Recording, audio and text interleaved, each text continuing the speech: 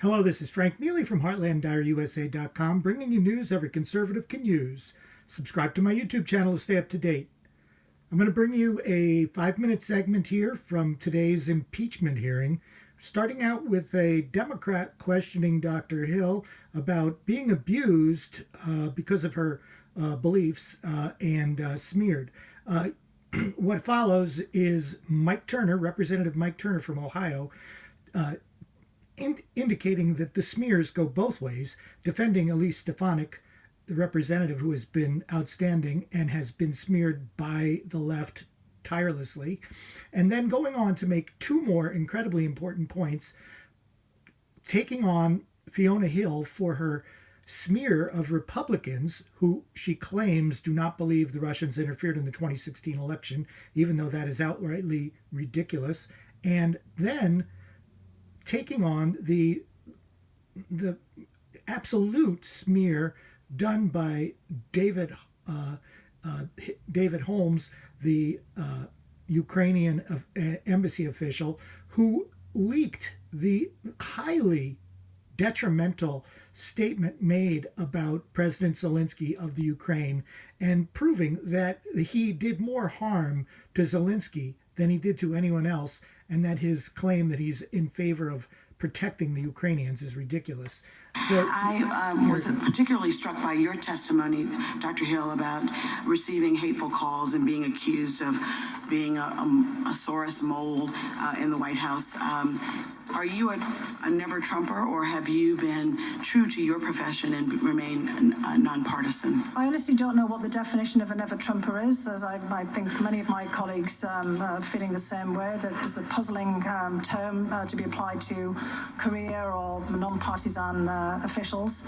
And I chose to come into the administration. I could easily have said no when I was approached. Yes, but you didn't sign up to have hateful calls and the like. I guess, unfortunately, where we are today in America, that's coming with the territory. They're continuing, honestly. I mean, we're constantly having to block Twitter posts of my name and address, and on the internet. We've been doing this over the last couple of days. I think that and as I said in my deposition, this could happen to any single person in this room, be it members of the press, be it members of Congress, and be it the staff. And I think we have to find ways of combating this. And again, this gets back, sadly, to things that our adversaries can also exploit. Exactly. I think you would agree with me that this shouldn't become the new normal. Would you agree? Should not. I also think that this kind of behavior, instead of keeping you down, would make you undeterred. Are you more determined to continue to do your work and to do it professionally? I am, and I think that all my colleagues are as well, because just as you said, we can't let this stand, and I don't think anyone here wants to let this stand. I actually don't believe that this is a partisan issue. I don't think anybody wants to come under personal attack. Yeah, I unfortunately think that this has become the new norm, and we're being led by the very top of the food chain, which is our president, which is unfortunate. I'm especially disheartened by his treatment of women, and I think that the fact of the matter is that there's a long line of strong, talented women who have been smeared and victimized by this president, and we can either choose to ignore it or do something about it. And frankly, I think that whether you voted for him or whether you supported him or not, that doing so is wrong. You could simply just remove someone. You don't have to smear them. Thank you, and I yield back my time. Mr. Turner. Right, I just want to echo that sentiment and certainly lament the attacks that have been levied against our colleague Elise Stefanik on this panel, which have been vile and hateful. For those of you keeping score at home, the effort to accuse our president of coercion, extortion, or bribery with these witnesses as we now come to the closing session of this basically break down as follows. We have Kent and Ambassador Taylor, who spoke of hearsay. Their hearsay of these matters that they said that they had heard were all statements that they'd heard from others who have also testified in front of us. So there's no one that's missing. There's no one out there. Kent and Taylor basically said that they'd heard it from Morrison and Sondland. Morrison indicated he'd heard it from Sondland. Sondland testified yesterday he'd heard it from no one on the planet. Vindeman and Morrison both have direct testimony of the phone call with the President of the United States. Beyond that, they only had contact with Sondland, and again, Sondland indicated he had contact with no one on the planet. Volker testified that he did have direct contact both with the Ukrainians and with the President of the United States, and indicated that the President of the United States did not condition either a phone call, a meeting, or aid upon Ukraine undertaking investigations, and also testified that the Ukrainians did not believe that either. We also have the direct statements from the President of Ukraine and the Foreign Minister that they did not feel any pressure to undertake investigations, and we also have the evidence that we're all very much aware of, which is they did not undertake any investigations. We also have Yovanovitch and Dr. Hill. Yovanovitch obviously left before the time period. Dr. Hill, we appreciate your being with us today, and Mr. Holmes. Dr. Hill, you have provided me probably the greatest piece of evidence that's before us to illustrate the problem with hearsay. So you said, based on questions and statements, I have heard some of you on this committee, that'd be us, appear to believe that Russia and its security services did not conduct a campaign against our country. And perhaps somehow, for some reason, it was Ukraine.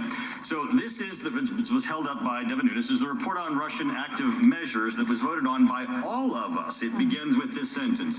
In 2015, Russia began engaging in a covert influence campaign aimed at the U.S. presidential election. Every one of us, a little small, effort on your part, Dr. Hill, and you would have known that what you just said was not true, what you had heard, but you felt the need to put it in your 8-page statement before you went on to tell us a bunch of other things that you heard about other people, no matter how convinced you were of, also which were not necessarily true. One of which was that you said that Ambassador Sondland met with Giuliani. Actually, Ambassador Sondland testified here that he had not, as ambassador, met with Giuliani. He briefly met him in his lifetime by shaking his hand.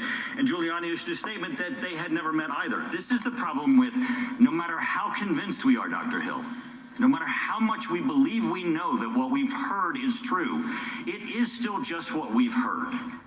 But so far in this hearing, in this series of hearings, the only thing that we have is Volker saying, I spoke to the president and I've spoke to the Ukrainians, neither of which believed that aid was conditioned, neither of which believed that the president was requiring it, and Ambassador Sondland, which said no one on the planet told him that that was the case. That's the sole evidence. Now, I got to tell you, the one thing that's interesting is Ambassador Sondland did say is his belief that a meeting with the president was conditioned upon investigations. Ambassador Volker, who I think is a man of very significant integrity, said that that was not the case. Now, even if Ambassador Sondland is correct, that somebody, and Dr. Hill, you testified, and again, it's hearsay, you don't know, that supposedly Mulvaney told him that, because he didn't testify to that. But let's say somebody beside the president told him that. You guys want to be the laughing stock of history to impeach a president of the United States because he didn't take a meeting? Oh, please, dear God. Please undertake that. Now, Mr. Holmes, I got to tell you, you say that you're... Is there a question for Dr. Hill? Mr. Holmes, in your testimony, you said that Sondland said he loves your ass, and also said he'll do anything that you want. Mr. Holmes, that information had nothing whatsoever to do with the subject matter of any of these hearings. It was anecdotal. It was extraneous. Your statements that your interests are protecting Ukraine are very dubious when you embarrass President Zelensky by making those statements that you didn't have to make. Who cares that Ambassador Sondland said that? And you know you didn't embarrass Ambassador Sondland, you embarrassed Zelensky, because you know he got asked this question in his own country, and people are hearing that statement as if it's true. Time of the gentleman has expired. It's totally dubious of you to, for you to do that. Mr. Carson, you are recognized.